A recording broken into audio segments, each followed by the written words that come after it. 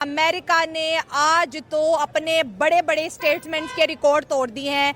America की जानिब से ऑफिशियली ये ऐलान किया गया है कि क्वाड का जो है लीडर जो है इस वक्त इंडिया बन चुका है। India is the leader of quad. और क्वाड के अंदर बात करें तो 4 कंट्रीज आती है, America, India, Australia and Japan. और इन तमाम में से अगर बात की जाए तो इंडिया जो है अब लीड करता जाएगा। अगर हम इस क्वाड की मीटिंग की बात करें तो नेक्स्ट ईयर जो है इंडिया इसको होस्ट करने जा रहा है। और इंडिया की पॉपुलैरिटी की बड़ी वजह यह भी है, इंडिया बड़े से बड़ा समिट जो है बड़ी इजीली जो है इंडिया के अंदर होस्ट करता है। दूसरी जानिब मोदी साहब की आज अमेरिका की स्पीच की बात करेंगे। क्या ज़बरदस्त आइडिया दुनिया के सामने रखा है। डिजिटल इकोनॉमी फेज़ 2 का आगाज़ कर दिया है उन्होंने अमेरिका के साथ साथ उन्होंने कहा कि जो हमारे बायलैटरल रिलेशनशिप है अमेरिका के साथ वो और भी ज़्यादा मजबूत हो गए हैं। उन्होंने कहा कि टेक्नोलॉजी और इंडियन टैलेंट जब आपस में टकराएगा तो हम आने वाले चैलेंजेस को जो है बड़ी इजी से जो है कवर करेंगे। तो ये सारी जो बातें हैं आज हम आवाम से डिस्कस करेंगे। जो बाइडन ने स्पेशल डिनर जी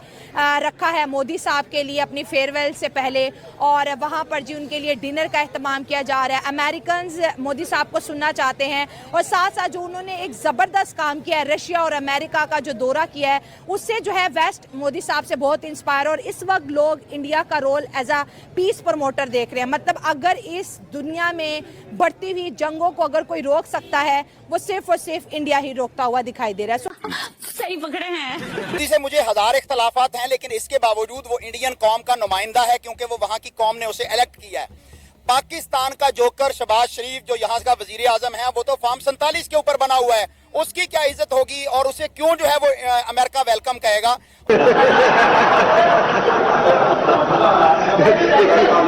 इंडिया की माशी हालत जो है वो हमसे बेहतर है, इसलिए कि हमारे जो वज़ीर-ए-आज़म है वो बिल्कुल ये भिखारी है। वो जब भी जहाँ पर भी जाता है, जिस मुल्क में भी जाता है वो भीख मांगता है।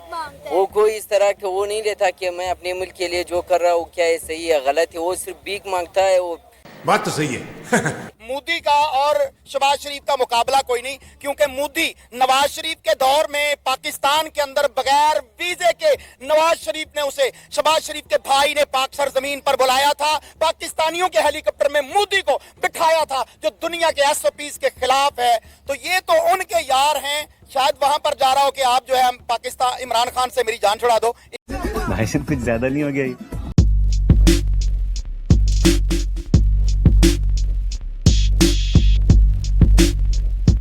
पढ़ते हैं और जानते हैं उनकी राय। नहीं, उन्होंने फ्रॉम द डे वन वो एक पावरफुल डेमोक्रेसी की शक्ल में उभरे हैं। ठीक है सर। और their nation is already behind them.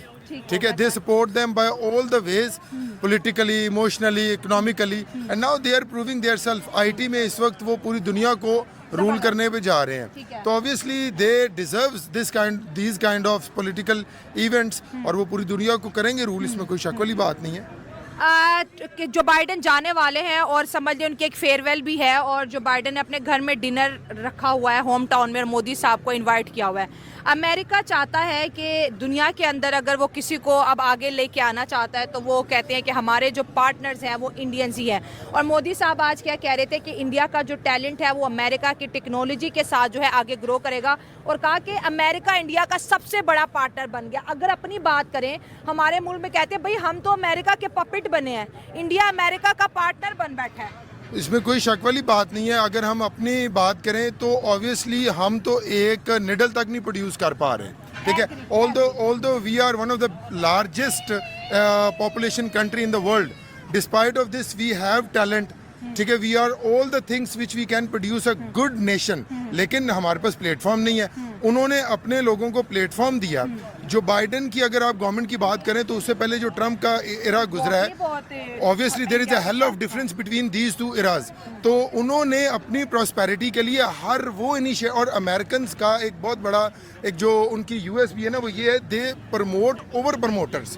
उन्होंने हमेशा प्रमोट किया जो पहले से प्रमोटेड है, ठीक है। हाँ। और उनकी रेस के साथ जो जाके मिला है, obviously they deserve such kind of things which they are going to do.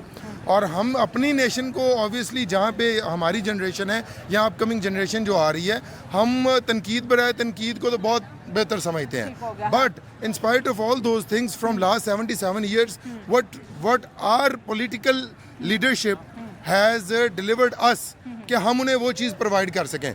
We are very much good in education sector, we are very much good in new intellectual ideas, but we didn't have any kind of platform where we can work and we can prove that we are a part of this world. Okay ठीक है जी? Sir, आपने discuss किया कि we are better in education, but currently अगर देखा जाए पाकिस्तान की एजुकेशन और पाकिस्तान की जो डिग्री है वो इंटरनेशनल कहीं पे भी अप्रूव नहीं है और ना ही हमारी पॉलिटिक्स से. लेकिन आज अगर बात करें मोदी साहब की लीडरशिप को दुनिया इस वजह से भी प्रेस करती दिखाई दे रही है. रशिया का भी दौरा करते हैं, यूक्रेन का भी करते हैं, पोलैंड भी जाते हैं, इस्लामिक कंट्रीज भी जाते हैं और हर कंट्री उनको हाथों हाथ ले रही है. और ट्रम्प क्या कह रहे हैं कि फैंटास्टिक मोदी को वेलकम करने का अमेरिका के अंदर बड़ा मजा आएगा. जो इंडियन डायस्पोरा वहाँ बैठा हुआ है, जो इंडियंस वहाँ बैठे हुए हैं, उनका प्राइड, उनका मोराल कितना हाई होता है जब उनके वजीर आजम को इतने बड़े स्टेज पे कई घंटों बैठ के सुना जाता है. इसमें कोई शक वाली बात है. मतलब उन्होंने प्रूव किया है ना, उन्होंने प्रूव किया है और उनकी लीडरशिप ने उनको बैक किया है. उनका पॉजिटिव इमेज उनकी लीडरशिप ने पूरी दुनिया में दिखाया है. हमारा मसला ये है कि हमारे लीडरशिप या हमारा जो भी अपकमिंग लोग हैं वो हमारी पॉजिटिव एसेप्ट्स को दिखाते ही नहीं. हमें डे वन से तो कशकोल के पीछे दिखाया हुआ है कि हमारा जनाब फ्लड आ जाए, हमें ये पैसे मिल जाए, ये डोनेशन, यूनिसेफ आके हमें डोनेट कर रहा है, एड हमें दे रहे हैं. हम एड्स के पीछे हैं, वो अपनी टेक्नोलॉजी के पीछे हैं. So they are have a one step ahead from us. Digital economy की आप बात कर रही है पूरी दुनिया. डिजिटल तो छोड़े, हमारे मुल्क के अंदर इकोनॉमी भी नहीं है. और उन्होंने कहा कि हम जो है अमेरिका के साथ मिलके आने वाले जो चैलेंजेस है उसको पहले से ही अपनी कंट्रीज को प्रिपेयर कर रहे हैं. तो सर ये चैलेंज इंडिया और अमेरिका के लिए नहीं, चैलेंज पाकिस्तान के लिए भी है. अच्छा, मैं आपको एक चीज़ बताऊँ. डिजिटल या ई कॉमर्स या ई मार्केट, हम आज उसके बारे में बात कर रहे हैं और इंडियंस उस पर 15 साल पहले हाथ साफ कर चुके हैं. ठीक है ना जी, वो कर चुके हैं. हम आज कह रहे हैं ई कॉमर्स पाकिस्तान को कहाँ लेके जाएगी और एक छोटे से पॉलिटिकल इवेंट के लिए हम पूरे मुल्क का इंटरनेट सिस्टम जैम कर देते हैं. इस वक्त पूरी दुनिया जो ट्रेड कर रही है वो ई कॉमर्स पे कर रही है. हमारे 4 बंदों के नारे ना लग जाएं. ठीक है ना जी, हम कहते हैं जी फायरवॉल खराब हो गई, फायरवॉल लगाओ, ये वायर कट गई, मीम्स बनी हुई ना ये हमारी. हम अभी उस अपने होल शेल्ड से बाहर निकले ही नहीं है, ना हमें निकाला गया है. ठीक है ना जी, वो 15 साल पहले ई कॉमर्स को खंगाल के छान के उससे आगे जा चुके हैं. सर इंडो पैसिफिक की अब बात हो रही है. हाँ, इंडो पैसिफिक. अब बिल्कुल, तो Indo Pacific is a hell of difference. कहाँ 1 अरब लोग और कहाँ आप 25 से 30 करोड़ के एयरगेट. हम कहते हैं जी we are rivals of one another. On which grounds we are rivals of one another? We don't have sufficient economy, we don't have sufficient intellectuals, we don't have anything, literally we don't have anything which we can say कि जी we are now here to compete Indians IT department. ठीक है ना जी. अब उनके आपके पाकिस्तान में एक Apple store नहीं है. नहीं है. वहाँ पे मैन्युफैक्चरिंग ठीक है ना जी, स्टार्ट. उसका पार्टनरशिप डिक्लेयर. और वो आज मोदी साहब ने बोला है कि हम इंडियन आर्मी के बारे में ये भी बता दें, सबसे ज्यादा मिलिट्री एक्सरसाइज अमेरिका के साथ कर रहे हैं और हम कह रहे हैं हम कॉलोनी बन गए, हमें खा गया, लूट लिया. नहीं, हमारी फॉरेन पॉलिसी में है कोई. सर हमारी फॉरेन पॉलिसी है. ये डिबेटेबल है, लेकिन एक्चुअली देखिए ना, इंडिया एक बहुत बड़ी मार्केट है, एक बहुत बड़ी इकोनॉमी है इंडिया.